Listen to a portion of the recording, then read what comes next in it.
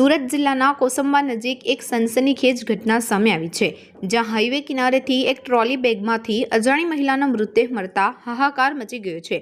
મૃતક મહિલાની નિર્મમ હત્યા કરવામાં આવી છે। હત્યારાએ મહિલાના પગ બાંધી 2 ફૂટની નાની ટ્રોલી બેગમાં તેને બેવડું વાળી મૃતદેહને ભરી દીધો હતો। પોલીસે મહિલાની ઓળખ અને હત્યારા સુધી પહોંચવા માટે તેના હાથ પર દોરેલા ટેટૂના આધારે તપાસ શરૂ કરી છે। ફર્સ્ટ પર્સન પુષ્પેન્દ્રસિંહ સોલંકીએ જણાવ્યું હતું કે હું મારી રોજની દિનચર્યા મુજબ ચાલવા નીકળ્યો હતો, ત્યારે મને મારા સિક્યુરિટી ગાર્ડે કહ્યું કે આ બેગમાં કંઈ પ્રોબ્લેમ જેવું લાગે છે, તો મેં તપાસ કરી તો બેગમાં એક લાશ હોય તેવું મને લાગ્યું, જેથી મેં તાત્કાલિક પોલીસને જાણ કરી।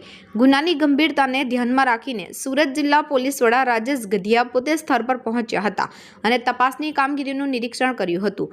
સુરત જિલ્લા પોલીસ વડા રાજેશ ગધિયાએ જણાવ્યું હતું કે સર્વિસ રોડની બાજુના ખાડામાંથી એક પર્પલ કલરની બેગમાં દુપટ્ટાથી બાંધેલી હાલતમાં એક મહિલાનો મૃતદેહ મળ્યો હતો। મહિલાના મોઢા નાક પરથી લોહી નીકળ્યું હોય તેવું જોવા મળ્યું હતું, જો કે બાહ્ય રીતે દેખાય તેવી કોઈ ઈજા થઈ હોય તેવું જણાયું નથી।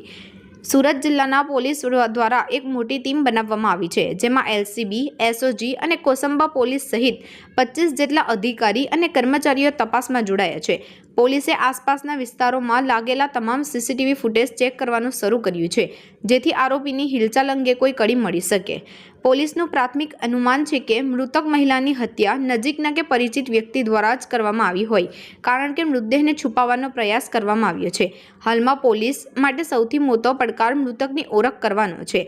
કોસંબા પીઆઈડીએ ખાચરે જણાવ્યું કે પબ્લિક દ્વારા અમને મેસેજ મળેલા કે એક બેગમાં કોઈ ડેડ બોડી પડી હોય એવું લાગે છે, જેથી પોલીસ તાત્કાલિક સ્થળ ઉપર પહોંચી ગઈ હતી, જ્યાંથી અંદાજિત 25 વર્ષની એક અજાણી મહિલાની ડેડ બોડી મળી છે। પીઆઈ ખાચરે વધુમાં જણાવ્યું હતું કે અત્યારે પ્રાથમિક દ્રષ્ટિએ હત્યારાએ મોઢું દબાવવાની ગૂંગળામણના કારણે મોત થયું હોવાનું અનુમાન છે। હજી મોતનું ચોક્કસ કારણ જાણી શકાયું નથી। મોતનું ચોક્કસ કારણ પીએમ રિપોર્ટ બાદ જાણી શકાશે। તેમણે વધુમાં કહ્યું કે બોડીના કડકા નથી કર્યા, પણ કપડા દ્વારા લાશને બાંધીને બેગમાં મૂકવામાં આવી હતી। કોસંબા ઓવરબ્રિજ પાસે મારુતિ શોરૂમની બાજુમાં સર્વિસ રોડની ડ્રેનેજ લાઇનના ખાડામાંથી બેગમાં ભરેલી લાશ મળી હતી। હાલ આ મામલે વધુ તપાસ ચાલી રહી છે। પોલીસના પ્રાથમિક અનુમાન મુજબ મહિલા પ્રપીડિત હોઈ શકે છે। મહિલાના હાથ પર ટેટુ પણ દોરાયેલા છે, જે તેની ઓળખ સ્થાપિત કરવામાં મદદરૂપ થઈ શકે છે। ઘટનાની જાણ થતાં જ કોસંબા પોલીસ અને સુરત જિલ્લા પોલીસ કાફલો તાત્કાલિક ઘટના સ્થળે પહોંચી ગયો હતો।